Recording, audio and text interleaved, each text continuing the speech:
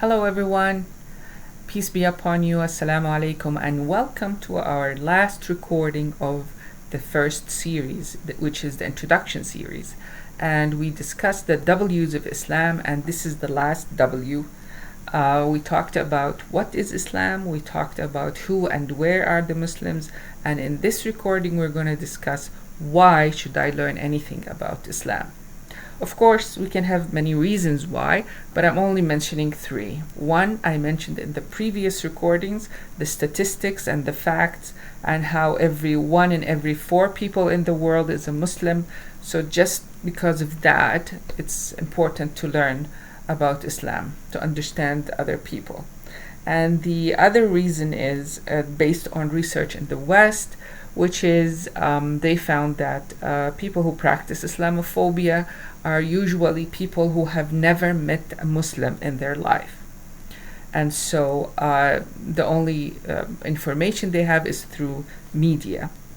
And of course, ignorance generates fear. And we should have more information, not just about Islam, but about all religions and all cultures.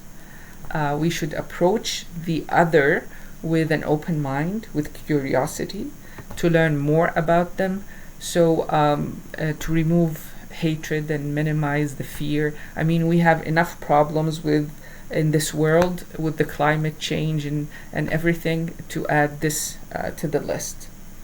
The third reason is should I learn anything about Islam? Is Islam compatible with Western culture? Is Islam compatible with progress? Or is it just an old religion that is, its place is only in the developing countries? Well, I could look at this and answer this in two ways. The first one is, let's look now. I mentioned that there are millions of Muslims living in the West. And from the statistics last time, I'm just going to mention a few well-known people. For example, Mo Salah, who is in the football. We have the late Muhammad Ali. We have Abdul Karim Jabbar in the basketball. In the entertainment industry, we have, for example, Cat Stevens, Sinead O'Connor. She passed away recently. But I mean, there are so many people, and they're practicing their faith, and they don't have a problem with being Westerners who actually, a lot of them converted to Islam. They chose to become Muslims. And then if we look at politics, for example, the mayor of London is a Muslim, the Prime Minister of Ireland is a Muslim, and these are people who have been elected by non-Muslims to lead their countries and the city. And so these are people who are practicing Muslims, and Islam is going hand in hand with Western culture. You might say, well, it's the Western culture that is accommodating to all kinds of religions. And I'm not trying to find out what is the reason. I'm just stating a fact that if we are saying that Islam is not compatible, then these people will not be able to live and actually become ruling some countries.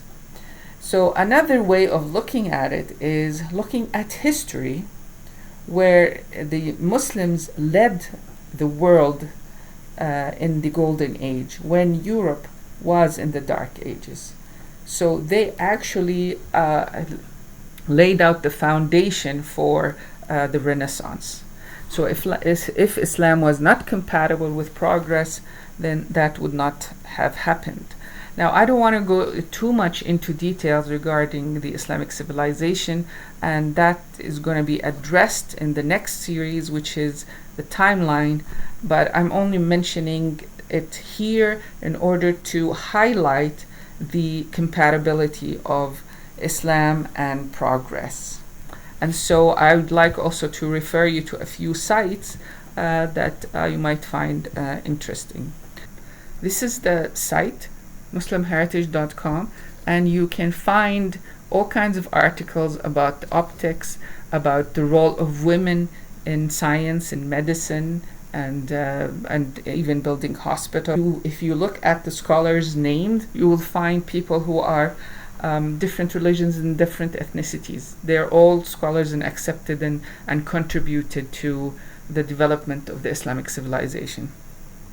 This is one point. The second point I would like to mention is that in Islam, if you remember the first or second recording, we said Deen al-Islam, which is the religion of Islam, which means it's a way of believing and a way of behaving.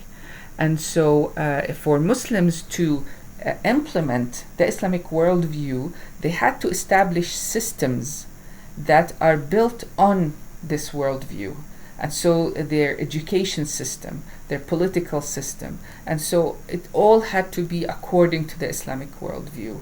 And this we'll see later in when we talk about the Islamic timeline and the Islamic worldview. Now there's another site that I would like to show you. This is Al Jazeera English channel. This is a scientist, a physicist. Actually, his name is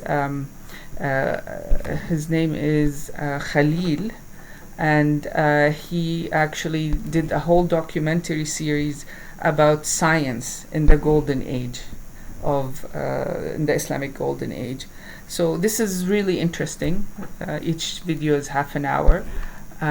It's very good if you would like to watch it. And of course, if you just look at the Islamic civilization or the Golden Age, you can find all kinds of documentaries about that.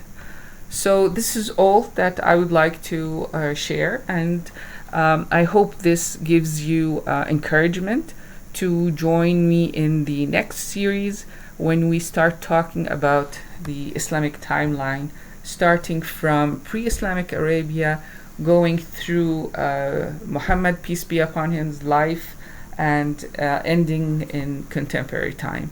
But as I said, it will be just a bird's eye view because we can't go into